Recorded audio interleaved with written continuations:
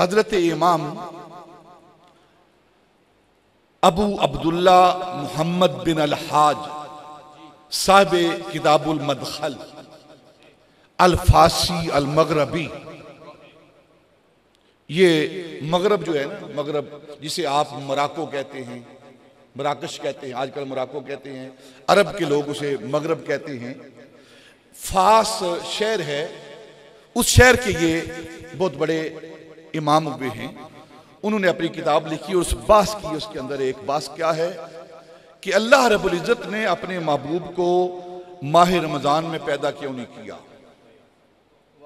माह रमजान में पैदा क्यों नहीं किया, अपने महबूब को लैलतुल कदर की रात के अंदर पैदा क्यों नहीं किया, शाबान की 15वीं रात को पैदा क्यों नहीं किया,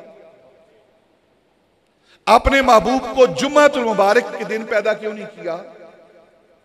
आप फरमाते हैं कि इसका सबब क्या है, इसका मतलब क्या है। अल्लाह रब्बुल इज्जत ने जो अपने महबूब को माह रमजान के अंदर, माह शाबान के अंदर, शाबान की 15वीं रात को, लैलतुल कदर को, जुम्मतुल मुबारक को पैदा नहीं फरमाया, तो एक इतराज लोगों के ज़हन के अंदर आना था। अल्लाह रब्बुल इज्जत ने अपने इल्म अज़ली से जान लिया था कुछ लोग आकर इतराज करेंगे, तो उसका जवाब पहले दे दिया कि अगर जुम्मे के रोज पैदा होते तो कहते कि ये जुम्मे की वजह से आपको ये इज्जत मिली है।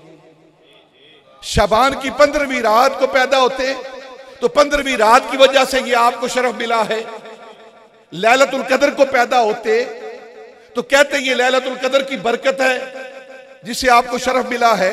माह रमजान के अंदर पैदा होते तो कहते कि माह रमजान का ये शरफ है जिसकी वजह से आपको ये मर्तबा मिला है।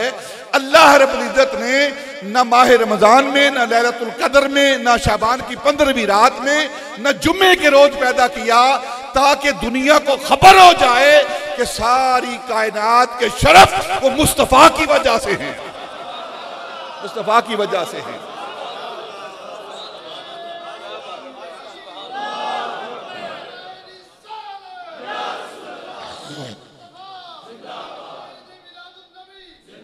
सारी कायनात को जो शरफ मिल रहा है वो शरफ नबी पाक के वजह से, आपके कदमों से सारी कायनात को इज्जतें, बरकतें और शरफ मिल रहे हैं, ना कि किसी चीज से नबी पाक को शरफ मिला है।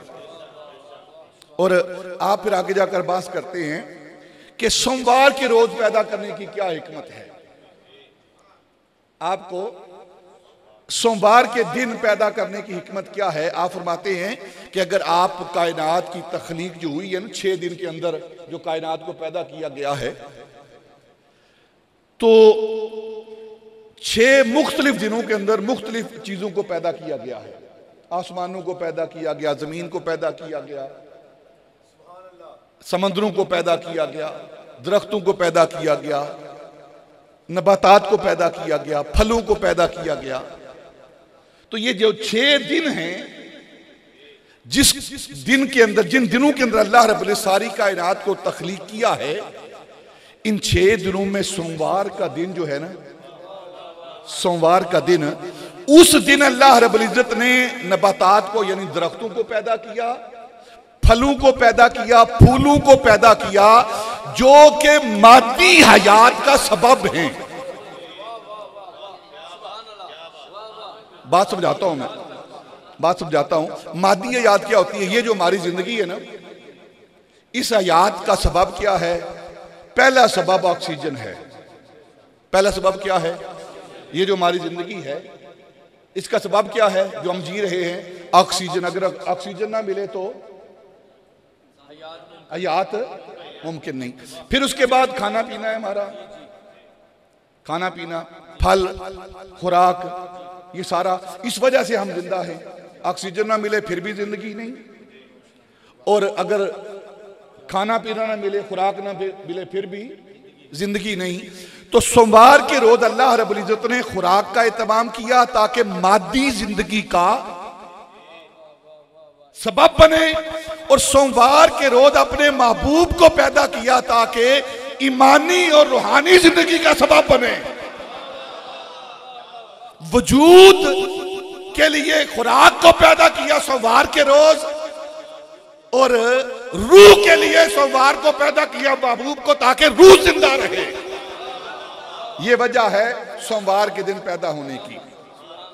सारे शरफ जो हैं वो नबी पाक सल्लल्लाहु अलैहि वसल्लम की वजह से दुनिया को मिलते हैं, दुनिया को मिलते हैं, ना कि दुनिया का कोई चीज, कोई महीना, कोई दिन वो नबी पाक को शरफ देने वाला है, ना।